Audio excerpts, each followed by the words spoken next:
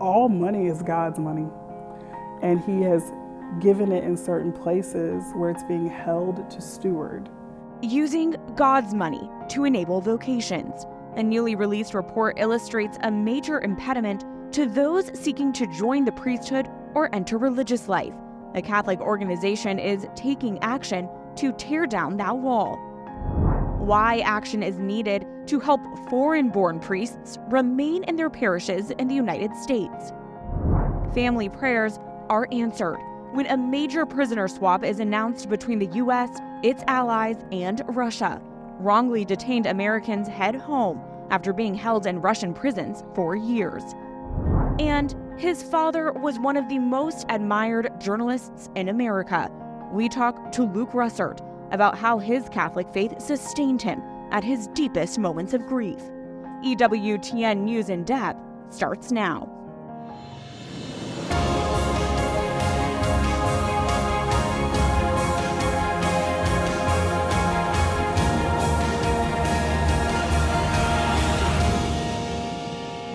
In the last 5 years, there's over $3 million that have been absorbed by the religious institutions and dioceses just to deal with the issue of student loan debt.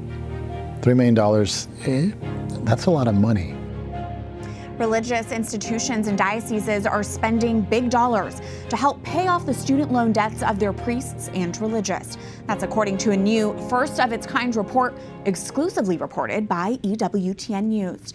The Center for Applied Research in the Apostolate at Georgetown University, or CARA, conducted the survey, which was commissioned by the Labouré Society. It surveyed religious institutions and Catholic dioceses across the U.S.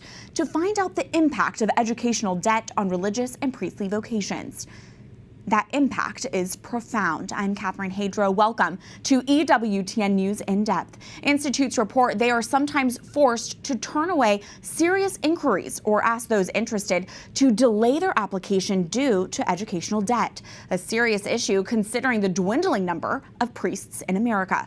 As Montse Alvarado reports, many seeking a vocation are turning to the Labouré Society for help to pay their debt and follow their spiritual calling. I can tell you the moment that I knew I was going to be a priest.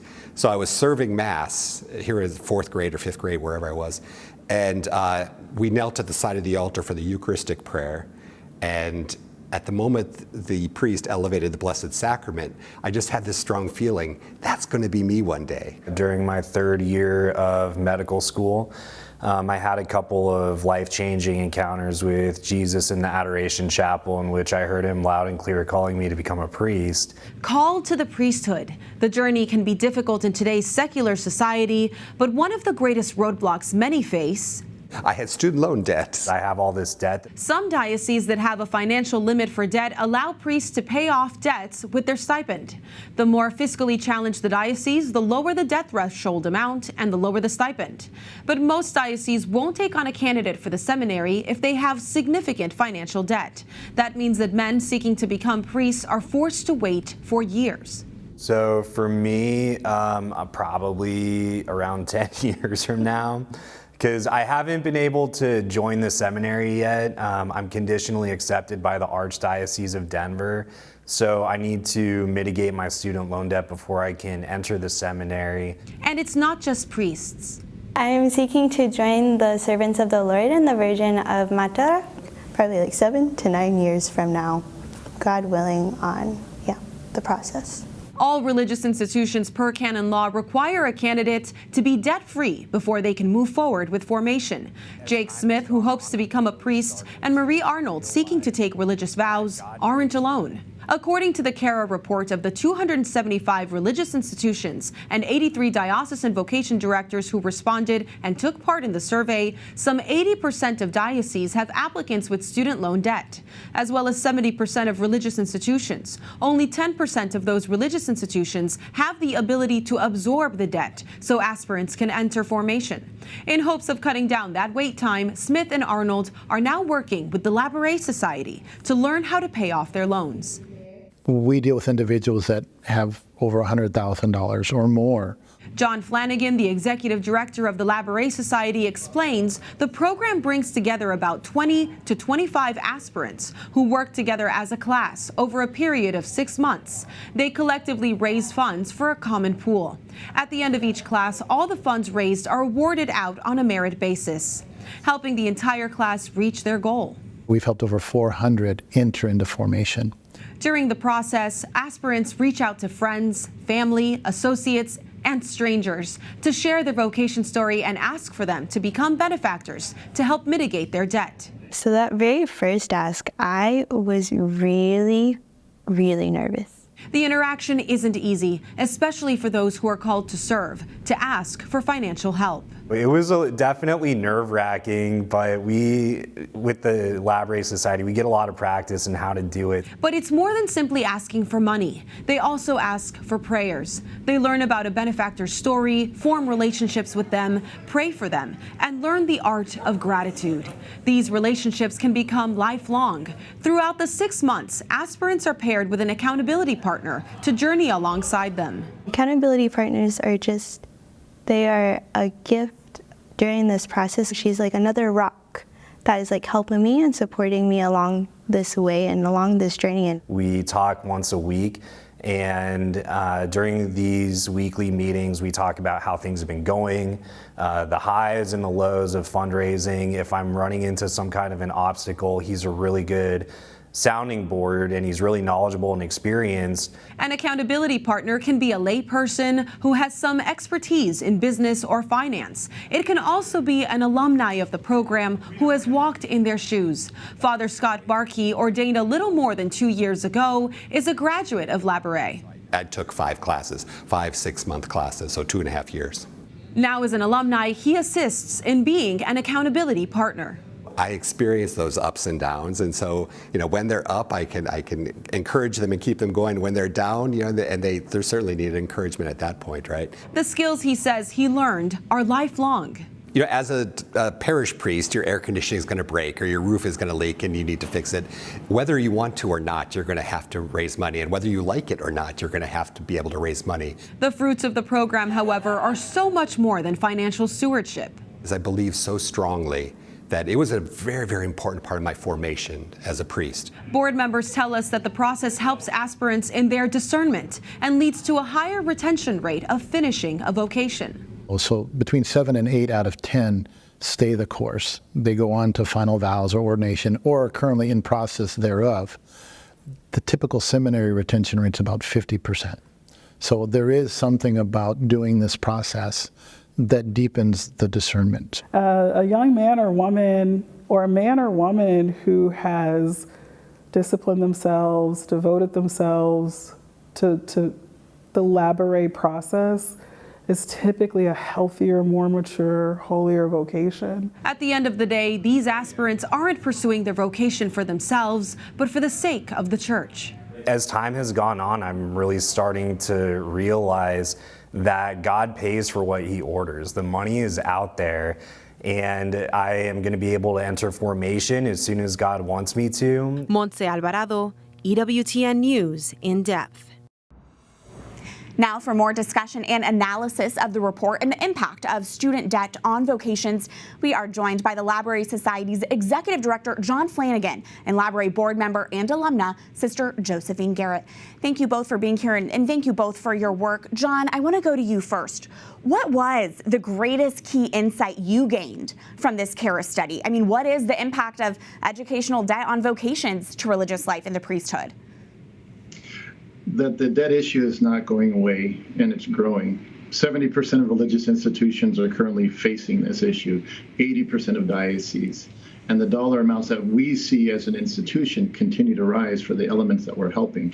The average debt that the Labouré aspirant is being able to mitigate through Labouré is now north of $100,000, well over the national average. Sister Josephine, you serve on the board of the Labouré Society, but as I mentioned, you are also an alumna who has benefited from it. Do you mind sharing how much of an impediment was your student debt to you fully embracing your vocation as a religious sister, and how did you overcome that? When you ask that question, I think of the physical impediment, like the dollar amount. And I also think of the spiritual impediment too, the various things that could come up. It was interesting for me because I had a good job. And when I entered community, I didn't leave that job right away. And so I thought I would use the surplus income from not having bills, living in the convent, and still working to pay off that balance I had left, which was about $40,000. But my community, they really taught me humility. They were like, or you could go and see about this resource, Labouré. And so the physical impediment, it was about $40,000, but there were so many other spiritual impediments that came with that Labouré was able to enter into as well. Being, yes, a solution for mitigating student loan debt, but also in so many more ways, a solution to contribute to the formation of future priests and religious. I can only imagine the anxiety that comes with that debt during that part of your journey. John, something I'm interested in asking is, does a woman with debt entering into religious life face more roadblocks than a man with debt who's becoming a diocesan priest, for example? How does that experience typically compare overall between religious sisters and our priests? Well, diocesan priests typically get a stipend, so there's often a threshold of debt allowed for them to move forward. But for those seeking to enter religious life as a female, there's not typically any kind of stipend. So it's a much larger roadblock. In fact, it can be just a brick wall. But the fun side of it is some of those that have gone through our program, the most successful have been even those who wanted to join a cloister, where you may think of them as being introverted. They're not going to let anything stop them from being able to answer God's call. So it's a wonderful way to watch them excel. Absolutely. Well, speaking of being introverted versus extroverted, Sister, the Labouré model is based on a multidimensional, relationship-based fundraising model for people pursuing vocations. So this might be the first time that these men and women are having to fundraise for themselves. Can you speak about that aspect of this? Because I imagine that might be uncomfortable for some at first. It's absolutely uncomfortable, but we know that, saints aren't made in comfort, and vocations shouldn't be formed in comfort either. So what we're all called to is not about comfort. And so, John, as I was listening to what John just said about the difference between introverts and extroverts, and yes, this is a challenge for both extroverts and introverts to go out and ask for help, to fundraise, which is an area where we often have a lot of bias. But I think it's actually life-giving to introverts because these are not surface-level conversations. They're not small talk. What participants in the Labouré ministry find themselves in are conversations that are conversations about the things that matter most to us. So when we go to fundraise, we don't just ask for money, we share our story. We share what God is doing in our lives, what we have seen, what we have heard, what we have looked upon, what we have touched.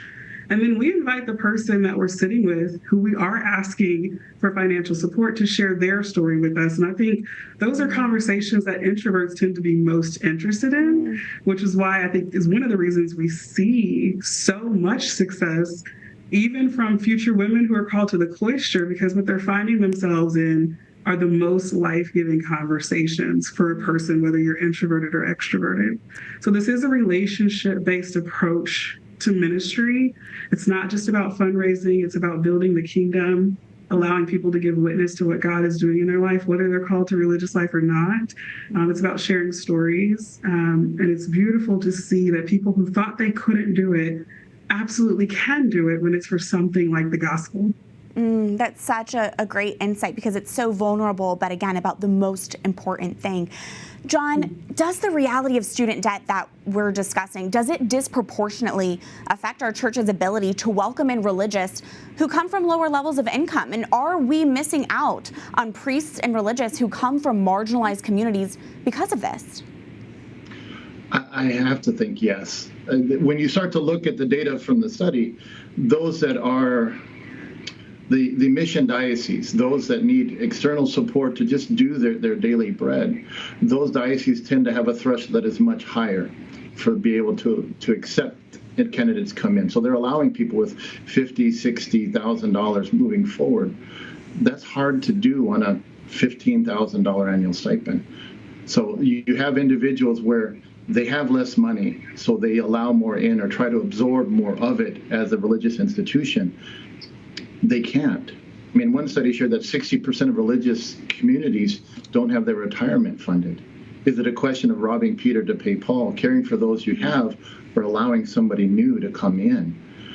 So yes, it does make an impact. On a practical note then, Sister Josephine, what's your advice to a young person who feels a potential calling to religious life and is wary of entering into higher education for this exact fear of procuring debt? Should someone avoid taking on student loans or going to college if they're discerning a possibility of a vocation to religious life?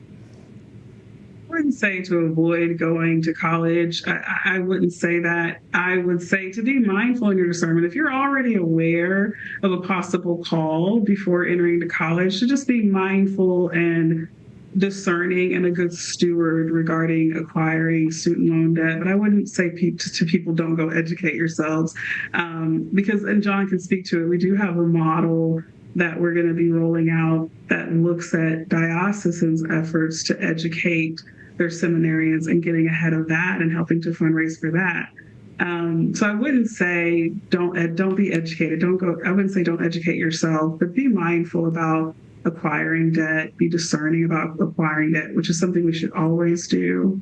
But I also want to speak to folks who may come from marginalized backgrounds or lower income settings, and just speak to some of the mindset that can be in place when that's our experience and our background. I think one of the things that we have to work on in marginalized communities is helping to foster hope. I think sometimes what we see for ourselves as possible when we come from those communities is not as much as is actually possible. And so I do want to encourage folks who are coming from marginalized or lower income communities and then maybe taking on more debt because that's your circumstance, that this is all God's money. And if God has called you, he has in store for you a solution to the money problem. Yeah. Absolutely.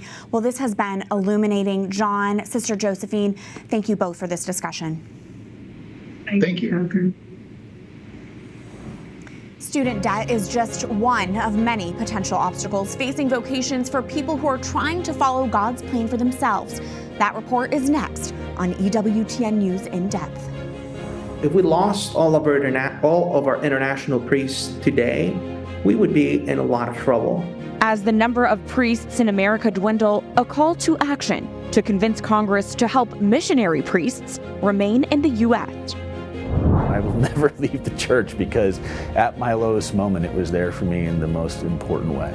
And my interview with author Luke Russert. We talk about the Catholic faith that sustained him after the shocking loss of his father, a devout Catholic and one of the most respected journalists in America. EWTN News in Depth is coming right back.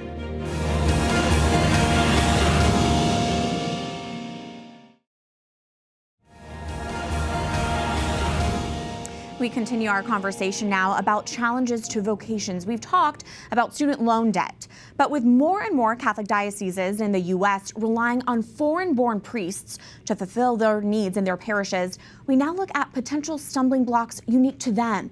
They're called work visas and green cards. Reporter Roselle Reyes explains. I am Father Carlos Rivero. I'm originally from Colombia, South America. Father Carlos Rivero left his hometown to enter seminary in the United States, following his heart and answering the call to priesthood.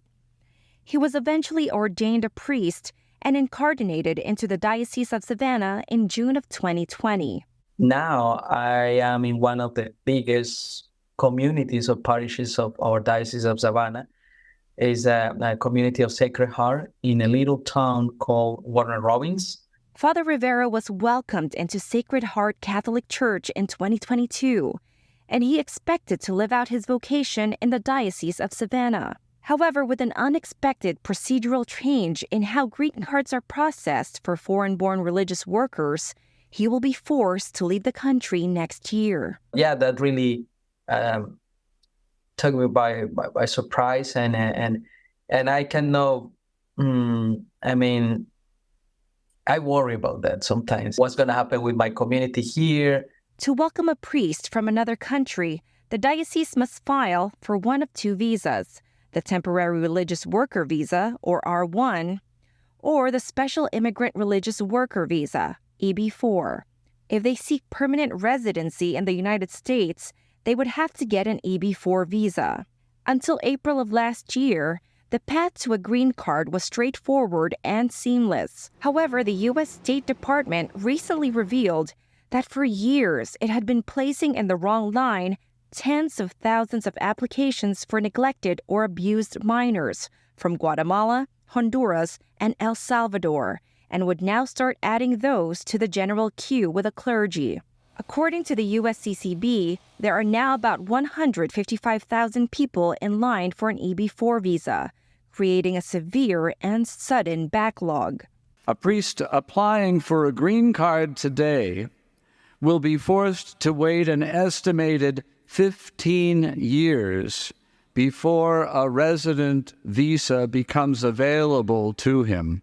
Bishop Mark Seitz from the Diocese of El Paso, who also serves as chairman on the Committee of Migration for the United States Conference of Catholic Bishops, addressed this issue at the Spring Assembly held in June.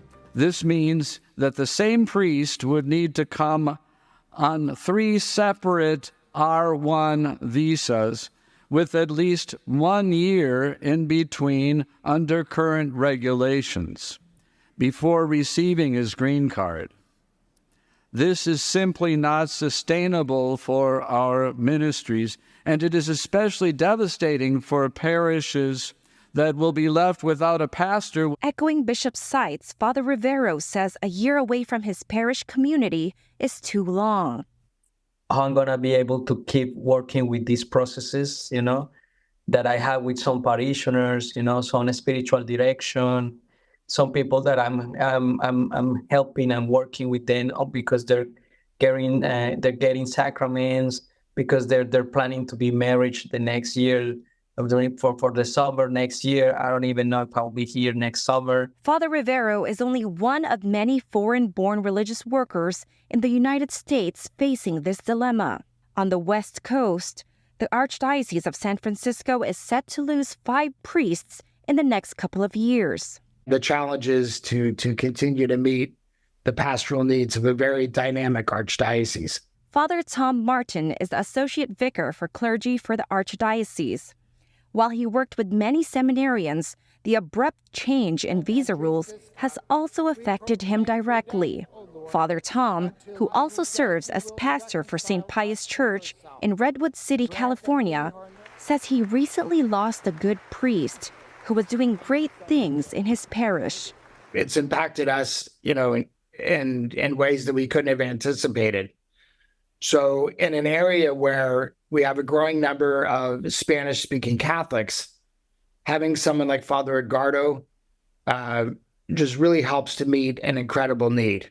These past 3 years have been a great blessing for me and my priesthood. Father Edgardo is now living in El Salvador, waiting for the year-long wait to pass until he can apply for another R1 visa and hopefully return to St. Pius. You will be deeply missed. You will always be a member of our family. You will always have a home. To figure out exactly how many religious workers will be impacted in the near future, the USCCB conducted a recent survey, which revealed that about 70% of U.S. dioceses employ workers on a temporary R1 visa. Almost 30% of dioceses have had at least one R1 visa holder forced to depart in the past 12 months. Looking ahead to the next 12 months, more than 50% of dioceses expect one or more of their workers to be forced to depart.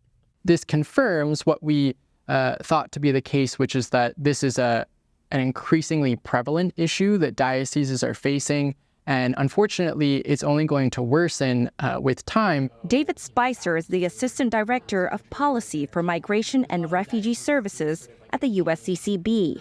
He explains that the USCCB is actively working on solutions. The USCCB has been very engaged on this issue, and we've met with the White House, the Department of State, the Department of Homeland Security, as well as many congressional offices to bring this situation to their attention. Spicer said their primary recommendation is to shorten the 1-year period between R1 visas. We're just hoping that it will be a 30-day time frame, which then is much more manageable for dioceses and other organizations that are relying on foreign-born religious workers. And what we've requested of Congress is to exempt out the vulnerable children who are currently relying on this same allocation of visas as foreign-born religious workers, and to treat those children as the humanitarian class of immigrants that they are. While the USCCB continues to advocate for foreign-born workers with no immediate resolution in sight, Bishop Seitz reminds us Catholics what the heart of the matter is when it comes to immigration. What higher form of Christian charity is there than hospitality freely given to those in need, motivated only by the recognition of their God-given dignity? Roselle Reyes, EWTN News in Depth. We will continue to follow this issue to see if there are developments in this tangled visa policy for religious workers. Next, top headlines in this Week in Review. Can't imagine their joy right now. They're home. A major feat of diplomacy involving years of negotiations and multiple partners, as the U.S. and several allies swab at least 24 people in the biggest prisoner exchange since the height of the Cold War. Fears of an all-out war increase in the Middle East after Israeli strikes in Lebanon and Iran kill 2 key Hamas and Hezbollah leaders. Even if you walk away with a medal, that next day it can also be very challenging. And we talk to Catholic missionaries ministering to the athletes in the Olympic Village in Paris.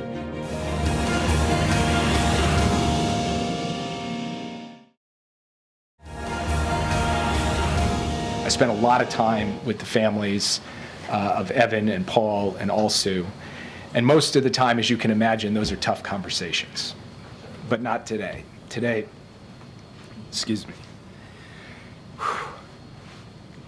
today was a very good day. After years of detainment in Russia, 3 Americans and a prominent Russian dissident who resides in the U.S. are free. They were part of a complex and sweeping prisoner exchange that took place in Turkey. On Thursday night, the 3 Americans arrived safely back to the United States and were reunited with their families. This prisoner swap, the largest between the United States and Russia since the Cold War, tops the Week in Review. With 24 prisoners exchanged, it was a multinational deal years in the making. President Joe Biden called it a feat of diplomacy. This is an incredible relief for all the family members gathered here. It's a relief to the friends and colleagues all across the country who've been praying for this day for a long time. The deal that made this possible was a feat of diplomacy and friendship. So for anyone who questions whether allies matter, they do. They matter. The Americans released are Evan Gershkovich, a reporter for the Wall Street Journal, who was wrongfully detained for more than a year on conspiracy charges. Former Marine and businessman Paul Whelan also returned home after more than 5 years in Russian detention. And Alsu Krumasheva, a dual citizen Russian-American radio journalist detained in 2023 while visiting her ailing mother. Among others released are several prominent Russian dissidents, perhaps the most well-known Russian-born journalist and opposition leader Vladimir Kara-Murza, a contributing columnist for the Washington Post and legal resident of the U.S. He was arrested when he returned to Russia in 2022 and charged with treason for speaking out against the war in Ukraine. Kara-Murza continued to write opinion pieces critical of Vladimir Putin from behind bars in Russia and won a Pulitzer Prize for commentary earlier this year. Dissidents released to Germany include several top lieutenants of now deceased Russian opposition leader Alexei Navalny. The long negotiations had included the proposed release of Navalny as part of the prisoner swap before his untimely and suspicious death in a Siberian prison last February. Those who know about the negotiations say Navalny's release was central to the plan, and negotiators had to start from scratch when he died. At the Moscow airport, President Putin personally welcomed the 8 Russian prisoners obtained in the swap, a group of spies and hackers. Among them, the prisoner Putin was reportedly most interested in, Kremlin-linked assassin Vadim Krasikov. He was convicted and imprisoned in Germany for murdering a Putin enemy in 2019 in broad daylight, shooting the victim from behind at point-blank range in a Berlin park. Putin has repeatedly fought for Krasakov's return from Germany, which had long been reluctant to give him up. And a late-night airport welcome Thursday in the United States when President Biden and Vice President Kamala Harris greeted the Americans upon their arrival at Joint Base Andrews in Maryland. Their elated families also on the tarmac to greet their loved ones with relief at their safe homecoming. In comments to the many reporters there, President Biden said there is no way this prisoner return could have happened without strong alliances with the other allies who agreed to and participated in the complicated prisoner swap. Tensions are high in the Middle East after two back-to-back Israeli strikes in Iran and Lebanon assassinated high-profile leaders. Analysts say the attacks could lead to an all-out war in the region. The strikes come just days after what Israel describes as the deadliest attack against it since October. A Hezbollah rocket crashed into the Israel-controlled Golan Heights on Saturday evening, killing 12 children who were playing on a soccer field. In retaliation, Israel launched a strike in a densely populated area of Beirut on Tuesday. The attack killed Hezbollah military commander Fuad Shukr, who Israel claims was responsible for the rocket attack in Golan Heights, though the Lebanese militant group denies these claims. While Hezbollah and Israel have exchanged almost daily strikes for the past 10 months as the war in Gaza continues, many see these attacks as major escalations in the proxy war. Less than 12 hours later, another deadly strike in Tehran killed Hamas political leader Ismail Haniyeh. The prominent figure was attacked at a highly secured guest house on a day of heightened security for Iran's presidential inauguration. Though not a military figure, Haniyeh managed international relations for Hamas and was involved in ceasefire talks. Both Iran and Hamas promised to retaliate against Israel. Former U.S. Deputy Assistant Secretary of State Simone Ledeen says the assassination sends a clear message to Iran. This was a message to Iran saying we can get whoever we want, wherever we want. Nobody is safe.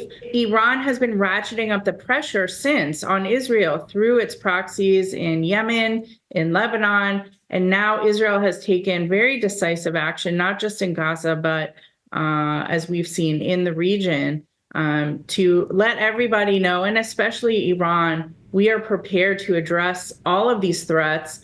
This strike would be the most overt action Israel has taken against its rival since it hit Iran's embassy in Damascus this spring. Israeli forces also announced on Thursday it killed Mohammed Deif in an attack 3 weeks ago.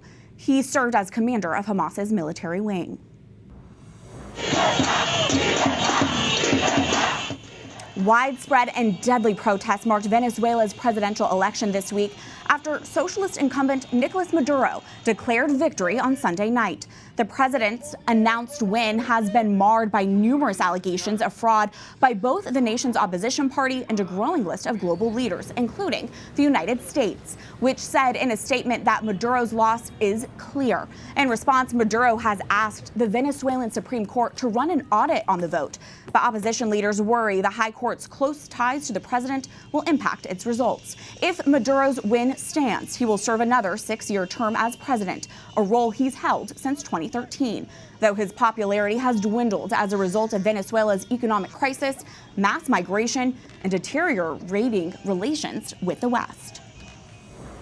These international high-stakes situations, several full-blown crises, are playing out as U.S. voters decide who will become America's next president.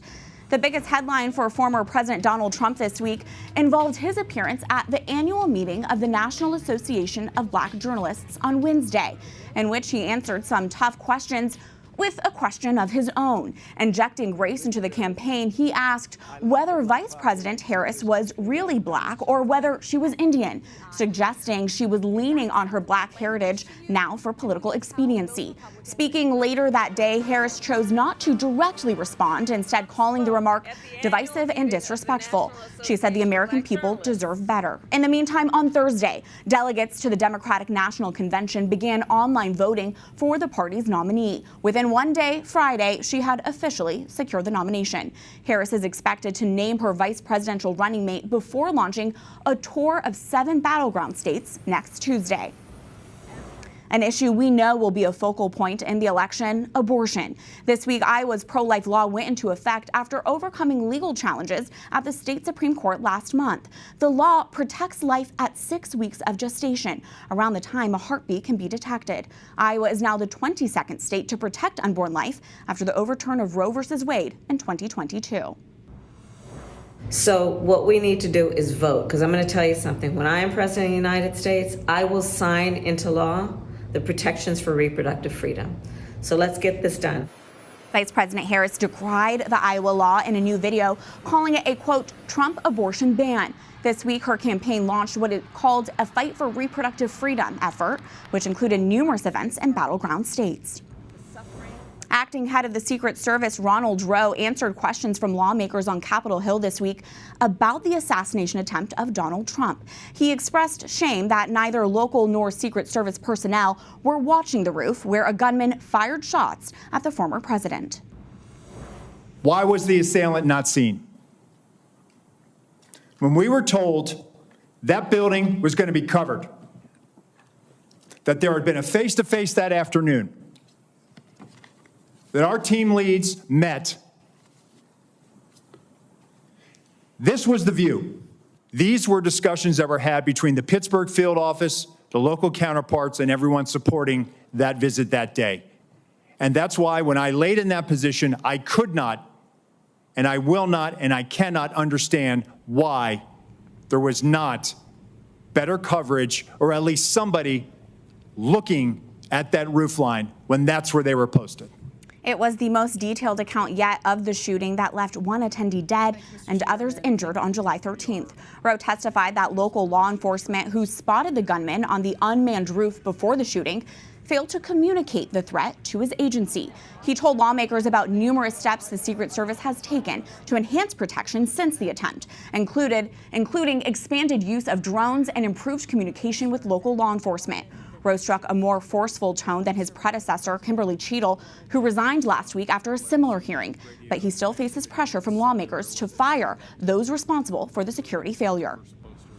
This week, President Biden announced proposals for term limits and ethics codes for U.S. Supreme Court justices. He presented the proposals in Austin, Texas on Monday, saying they aim to combat extremism and the public's waning confidence in the high court. In recent years, extreme opinions that the Supreme Court has handed down have undermined long-established civil rights principles and protections. My fellow Americans, based on all my experience, I'm certain we need these reforms. We need these reforms to restore trust in the courts, preserve the system of checks and balances that are vital to our democracy.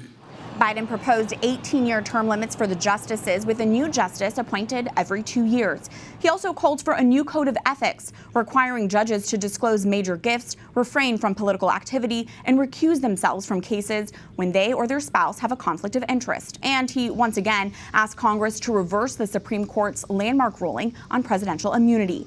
These reforms face an uphill battle in a deeply divided Congress and are not likely to be approved anytime before Biden is out of office. Controversy continued at the Olympic Games this week following the opening ceremony that appeared to disrespect a sacred event in religious history. But that is not dampening the Christian zeal and ministry happening behind the scenes at the Games. Reporter Mark Irons explains.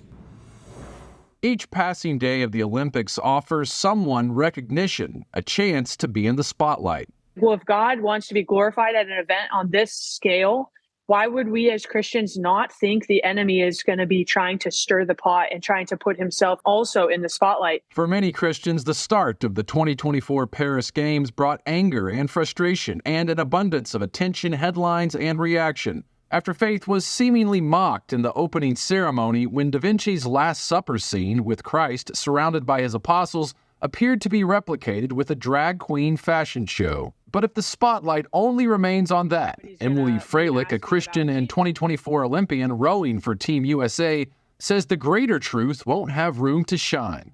That we're being deceived. You know, like it's easy to be deceived to think like Christ isn't also being glorified in this grand way. As an athlete, Freilich is here to compete at the highest level, but that's not her main mission. Years ago, when she thought she might be done rowing after college, she felt God had other plans and was calling her to the Paris Games. There's no other event like the Olympics where every nation or all these nations gather at one time. And I just sensed God saying, like, he wants to be glorified at this event. And he wants people to go to this event and represent Christ. Maybe it doesn't look like God's being glorified, but lives are being touched. There's so many ministries. Emily isn't the only one who sees the hand of God at work here. We've been able to be in the presence of current and past Olympians or people involved with the sport, and just to evangelize. Father Joe Fitzgerald, a Catholic priest from New York, was sent to Paris on behalf of the U.S. bishops to observe and see how faith could play a part when the 2028 Summer Olympics take place in Los Angeles.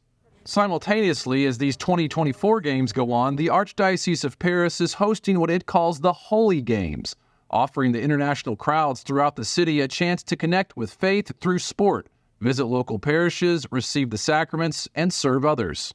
Father Joe told us about one Holy Games event hosted after Mass. And they open the doors, and the homeless of Paris come in, and we're feeding them. We're doing like this coffee and like croissants and this music and dancing. So it kind of tied in with like prayer, and then like a little bit of like we're going to feed them, and then we're going to have a little bit of fun. The international Christian group Youth with a Mission is also in Paris, working to make God known to others. Meanwhile, inside Olympic Village, where athletes stay, Catholic missionaries are walking among them. It matters because all these athletes have eternal souls. Kelly Hartman works with Focus. The group sends Catholic missionaries to serve on college campuses. Through its Varsity Catholic program, missionaries like Kelly are focused on bringing Christ to athletes. The college experience is very different for a collegiate athlete. A former college volleyball player herself, Kelly knows the busy schedule of an athlete, so she can relate and help others as they develop a relationship with Christ. At the Olympics, Kelly and her fellow Varsity Catholic missionaries want the competitors to know their true worth. We've had the chance to speak with a handful of athletes who who are done competing and they didn't do as well as they'd hoped. And so to be able to speak the truth into their life, that they are a beloved son, they're a beloved daughter, and that their identity and their worth doesn't come from their athletic achievements. Even for those who win the medals, without a firm foundation in Christ, questions about identity can come after they step off that podium. And Emily Freilich knows some athletes who are already dreading the end of the Olympics. I've talked to several teammates who are non-believers, and they're already saying, like, I'm really scared for the post-Olympic depression. When we go home, you lose all your teammates, you lose your coaches, you lose your daily schedule. What is my purpose in life? And I think those are the big questions people start asking. That was the experience of this athlete who competed in the 1996 Olympics in Atlanta as a member of the U.S. men's handball team. After the games, before he was known as Father, Joe Fitzgerald encountered the same issues. And I didn't have something like what was next. I didn't know what to do. And I struggled. I struggled with my identity. And if you don't know that your identity is based not on your performance, but that you're a beloved son or daughter of God, then you can spiral into some real dark places. Which is why he says it's been a blessing to be in Paris, around the athletes and out in the city to share the gospel. Jesus went to the well. Jesus went to the pool at Siloam. He didn't go just into the synagogue. To continue to lead these people to Jesus. Emily has had the chance to share her faith publicly and pray with others. At the Olympics, she's not just representing Team USA. I feel like God's saying, no, I want to be represented. I want people who are there for Jesus and to proclaim my name. And so I was like, I want to be a part of this, Lord. Mark Irons, EWTN News in Depth. We will continue to have observations from a Catholic perspective from the Olympics in the weeks ahead. Next, a very special interview. When I was there in the church, and I was there with the priests, it was, we've been here before, we'll be here again, it's okay, you're in our hands now, we'll take it from here. Leaning on faith in an intense moment of grief. The faith journey of Luke Russert when we return.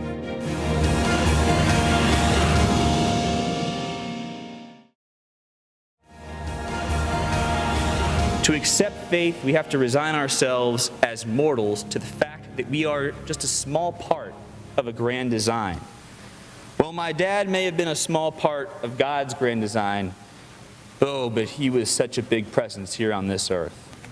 That was a young Luke Russert back in 2008 honoring his father, Tim Russert, at his memorial service held at Washington, D.C.'s Kennedy Center. Russert was a broadcast icon and political journalist as the longtime host of NBC's Meet the Press, who died suddenly of a heart attack at age 58. During his life, Tim Russert was open about his Catholic faith and upbringing, a faith he left to his only child, Luke. And in the 16 years since his father's death, Luke Russert has been on a professional, personal, and faith journey all his own.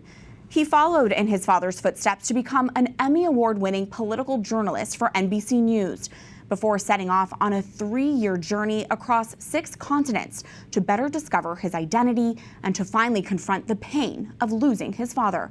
It's all documented in his book, Look for Me There, Grieving My Father, Finding Myself, where he opens up about how he leaned on his Catholic faith amid his mourning. In a sit-down interview, Luke also tells me how prayer was a lifeline for him in the raw moments immediately following his father's sudden death. This is Luke Russert's faith journey in depth. Luke Russert, thank you for being here. Thank you so much. It's a pleasure. Luke, I've always felt a kinship with you from afar because both of our fathers went to John Carroll University. Oh, go Blue Streaks. Yes. A Jesuit university in the suburbs of Cleveland. They both also died suddenly from heart attacks. Yeah. And in your book, Look for Me There, Grieving My Father, Finding Myself, you unpack your grief, and largely through traveling the world in this 3-year odyssey across multiple continents. And early on in your book, you address your father's unexpected passing. You were in Europe with your mom. Yeah. Your father was in Washington, D.C. And when you and your mom got that tragic news from overseas, you write, quote, "Now is the time to rely on our Catholic faith. We hold hands and pray a Hail Mary." Luke, why was that your immediate instinct? You know, the one thing we do in the Catholic Church very well is we're prepared for death. We're prepared for that next step when we leave this earth. And I think it's so interesting. People talk now a lot about, you know, wellness and meditation, and I've always said the best example of that is the Catholic Church and the teachings we've had for so long. Mm-hmm. And I think in that moment, when you experience that type of tragedy, when your entire world is rocked to its core, the rug is pulled out from underneath you, to use a metaphor, you're looking for something that's stable. You're looking for something that can guide you in the right direction. And for that was our faith.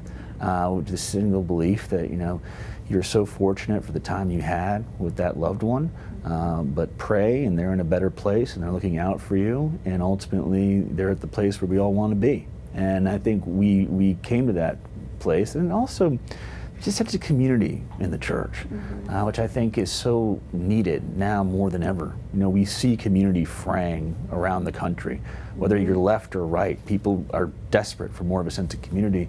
And the Catholic community really comes through in times of crisis, for personal times of crisis. The amount of people who reached out to us, the amount of priests and nuns who offered us their prayers, it was so incredibly helpful, and I'm so grateful for that. And that's why I always say I will never leave the church, because at my lowest moment, it was there for me in the most important way.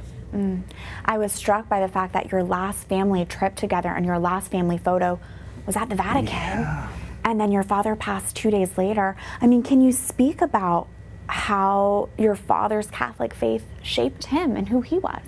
It was really everything. You know, he was someone who was deeply involved in the faith from a young age. He went to St. Bonaventure in Buffalo, and that's where he was named editor of the student newspaper by Sister Lucille, and that was sort of his first foray into journalism. And you know, when I started to research the book, my own book, I was going through a lot of my father's files, and I did not know that he was deeply involved in the CYO. And he was actually their elected president in Buffalo, and he played CYO basketball. And I knew he was a member of the CYO, but I had no idea to the level that he had risen up through the ranks, and he had gone to DC as one of their, you know, exalted ambassadors and whatnot. And he actually told me a story that when he was in high school, he went to Canisius High School in Buffalo, and he had to work to pay for his tuition. One of the things he would do is work in the rectory. And one of the jobs that he had in the rectory, a lot of it was cleaning dishes or, you know, mopping floors. But one of them is that you would have to sit at the door and be the sort of barrier between whoever was in the neighborhood and wanted to talk to a priest. So if someone's knocking on the door, I want to talk to Father. Okay, well, what do you want to talk to him about? Mm-hmm. And my father said to me, that was the best political education I ever got, was manning the door at the local parish, being the buffer between the congregants wanting to talk to the priest, because I would learn so much about people's problems, where they were in life, what they were seeking out, what they needed, where they felt lonely, where they felt whole, etc. Mm-hmm. And I think that is something that was very special to him. And that always, he always stayed loyal to the church.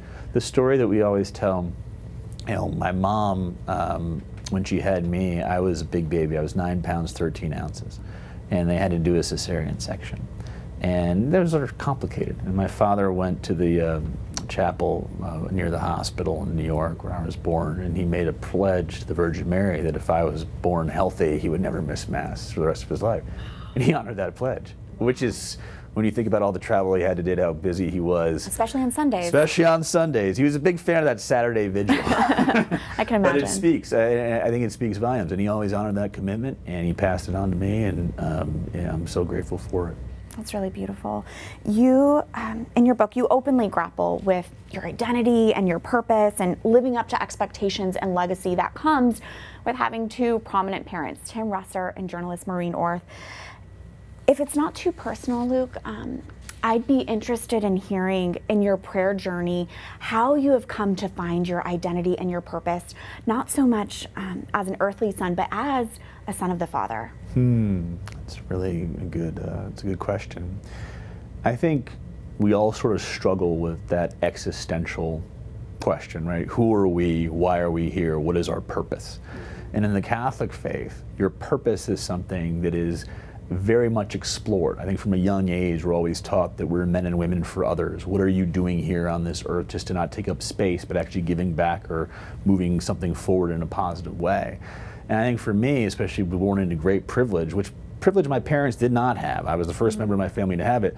That was a real question I sort of grappled with, which was, why me, God? Why am I given all these things that my parents had to work for so hard, things that other people do not have at all? I'm conscious of that. Why me? And why do I have to shoulder that journey? Could it be easier not to have this? Could it be easier to not lose my father, et cetera? You ask these questions.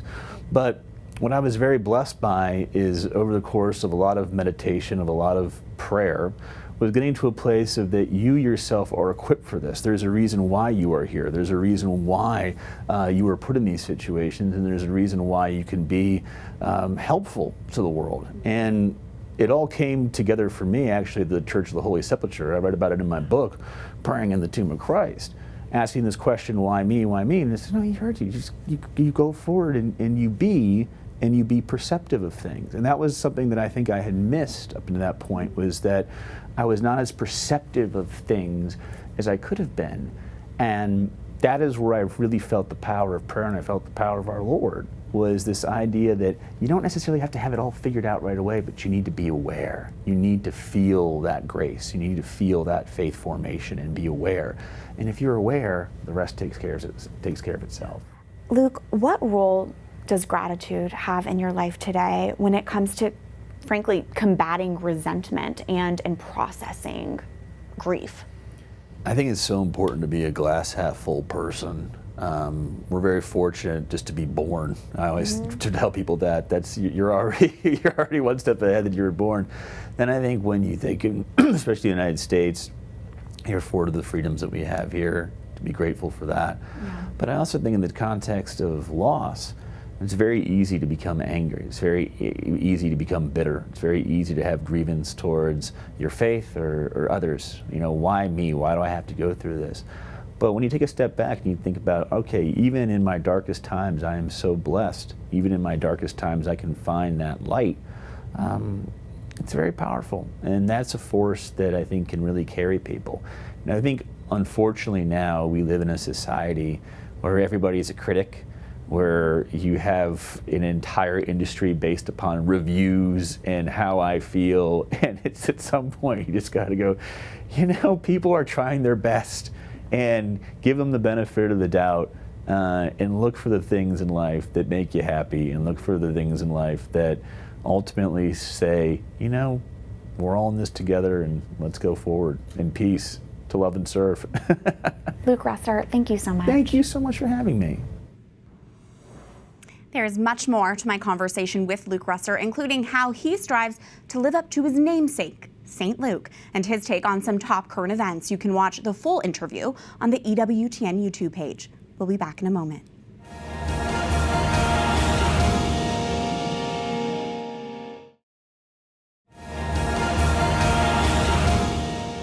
Finally today, a joyous pilgrimage for 50,000 young people who visited the Vatican this week. The International Association for Altar Boys and Girls brought servers from more than 20 European countries to Rome. The highlight of their week of activities, an audience with Pope Francis in celebration of their ministry. EWTN's Vatican Bureau shares the altar servers' experience in our Images of the Week.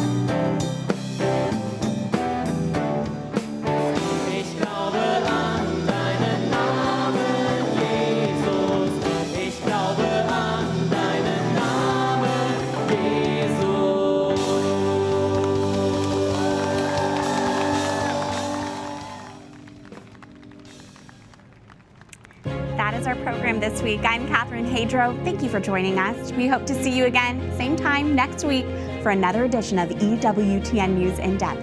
Until then, God bless.